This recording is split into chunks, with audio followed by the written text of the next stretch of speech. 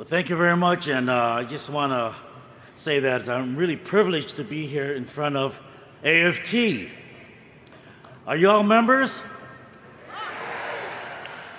When she said that I'm still an AFT member, I thought you'd be clapping a little bit louder than that.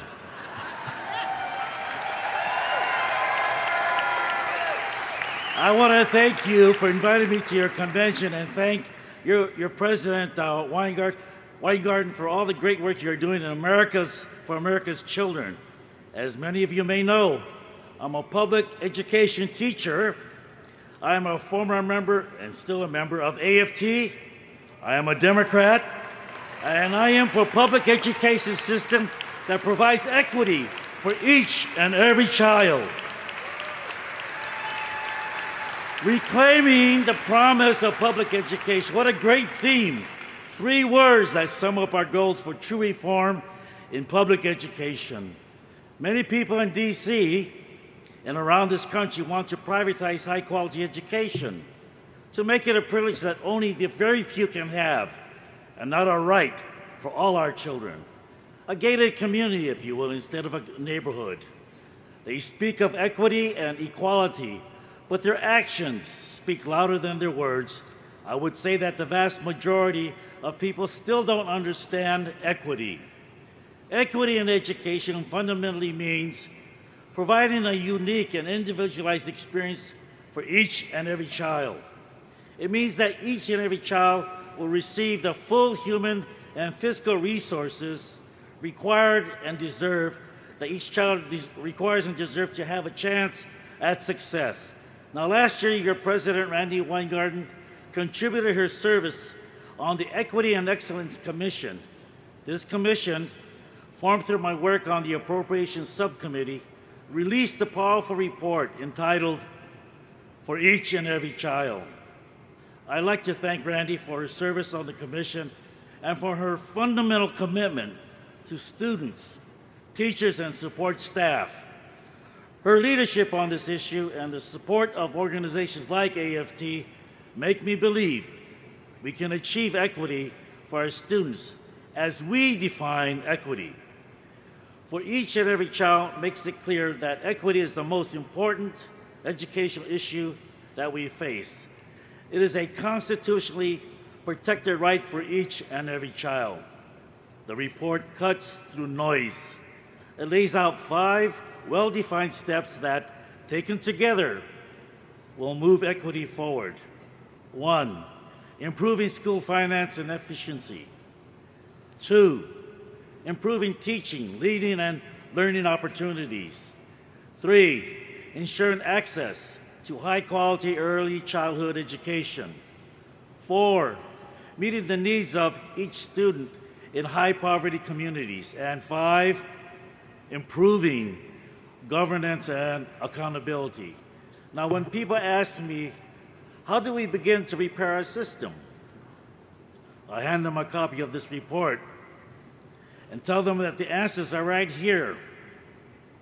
Or I tell them to go to the website, foreachandeverychild.org.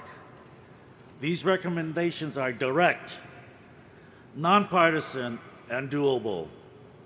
One recommendation is growing and developing community schools. These schools are able to combine and integrate existing resources from the community to provide a wraparound, holistic services to students of all backgrounds. This is just one example of real solutions. Go ahead, you can do that. And it highlights the change in our mindset from all children to each and every child. None of the recommendations in the report attacks teachers or support staff.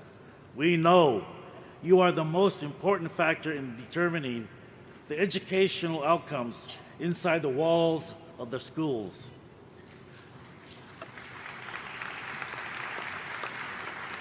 Equity, at its heart, is a simple concept. It is providing a meaningful educational opportunity for each and every child. The real difficulty is helping others to change the lens through which they view our education system. Equity means if you have a student who requires additional assistance to get onto a bus, you help. If you have a child who is sick, you provide the extra care needed. If there's a student who is struggling with multiplication, you spend extra time with that child. If there is a student who doesn't have a pencil or a folder, you know what you do. You dig in your pocket or you go into your purse and you spend your own money to buy what that child needs. If there's a student who's in need of more than one-on-one time, you make it happen. It is no-brainer. Everyone working in education understands that you provide each and every child with the human and fiscal resources needed to be successful. Now it's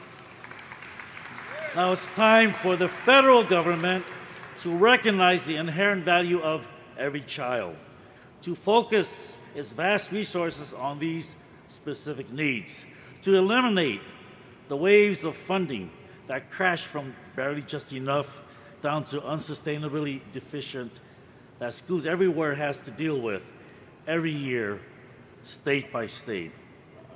You accomplish this not by attacking or belittling teachers and schools. You accomplish this by empowering them through high-quality professional development, meaningful peer and administrator observations and feedback, and then cover the costs. Too often,